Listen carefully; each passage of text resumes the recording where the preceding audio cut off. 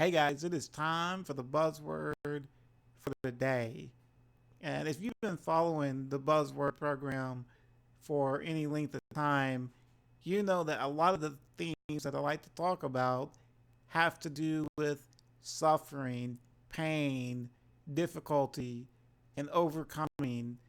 And the reason why I do this is because there are many people who are watching every day who are currently suffering. Or there are people who are watching who know people and their loved ones and their children and their spouses and their moms and dads and people that are very important to them are suffering. And you will suffer one day. And it's very critical that we have a biblical theological understanding of suffering. Why do we suffer? How to relate to suffering. How to help others relate to suffering. That's very important, especially in this world we live in today. Because we know that we think of the death of Prince. He was on some very high dosage of pain medicine to mask whatever kind of pain that he felt. We also know that in some countries, in some states, if you suffer too much, you can legally end your suffering. So we do know that we have a problem of suffering, and we do need a biblical understanding of suffering. Just this week, a lady posted on one of the Facebook groups that I'm part of, and posted that Satan was scheming against Christians in 2016 to bring cancer into our lives, and that we needed to pray against his schemes and his attacks. And I'm all for praying for and against the schemes of the devil. But what concerned me about what she said was, number one, God is more powerful than Satan. We know that Satan, a created being, was once an angel that rebelled and fell. He is not more powerful than God. He is not equal in power to God. Now, he does have power, but what I want you to understand is nothing comes into our lives that God does not allow. There's nothing more powerful than God. Nobody can twist God's arm. God cannot win in an arm wrestling contest and lose.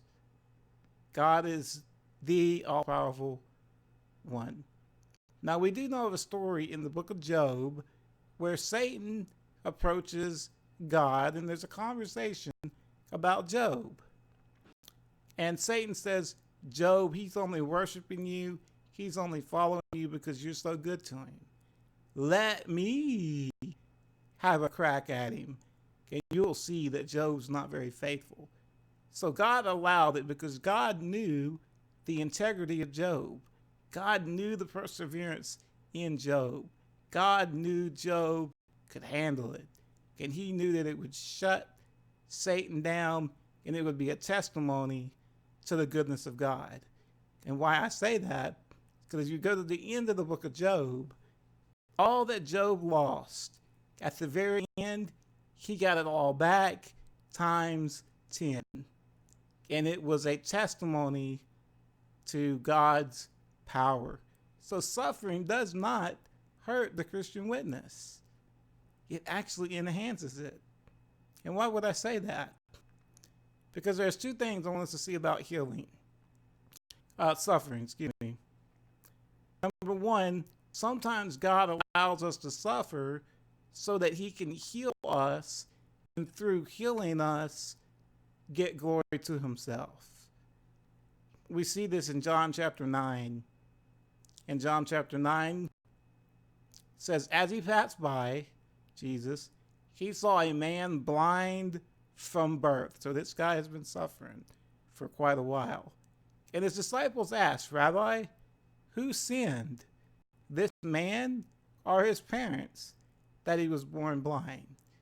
You see, a lot of the Jews had this idea that if you were born with a birth defect, or if you were barren, couldn't have children, or if you were blind or had disease, that is because you did something wrong, or because God was cursing you or cursing your family. And what Jesus answers here is just so mind-boggling that it really just shatters our understanding of suffering. It says this: Jesus answered, "It was not that this man sinned or his parents, but that the works of God might be displayed in him." And then Jesus later on heals this blind man, and it became a testimony to the glory of God. So sometimes God allows us to suffer so that he can intervene, and then it becomes a testimony and a glory to the name of God. So sometimes God does heal people, and we need to pray for divine healing when people are sick. I love it when people come and want to lay hands on me and pray for me. That means they care about me. It means they have enough faith to pray that God can heal me. That is an encouragement to me. And we should continue to pray that God would heal me. I pray that God would heal you and your loved ones tonight. We should pray for that, because sometimes God allows sickness so that he can intervene in a divine, miraculous way. Now also God allows suffering so that through our perseverance, he receives glory in his testimony to the lost. What I mean by that is when people look at you suffering through what you're going through, and if you are still staying faithful like Job, still praising the name of God, not turning your back on God, it is a testimony to those around you. Let's say your wife comes down with breast cancer and they get it the first time. Great praise, yes, God is good. And then she gets it again, and there's no hope. It's traveled other places. And you know that your wife's going to pass away. The way you respond to that turns that suffering and tragedy into something beautiful that God can use for his glory. Because they see that you stayed faithful through your wife dying of cancer, and your wife stayed faithful. And that's a testimony to those around you.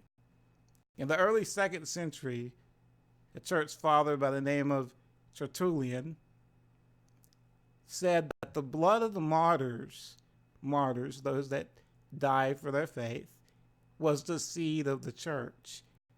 And in the 1st and 2nd century, in the early Christian church, there was great persecution against the Christians. They were burnt at the stake. They were cast into the arenas so that the people would crowd around in the arenas and cheer as Christians were eaten by lions. I mean, just these vile, terrible things that they did to Christians. But as you read church history, you'll see as these men and women stood faithful through the torture, through the suffering, they stayed faithful to death. And this became a testimony to unbelievers all around them. And they wanted a faith and a God that could sustain them. Just like he sustained the suffering Christians, they wanted that kind of relationship with God. They wanted that hope and that love.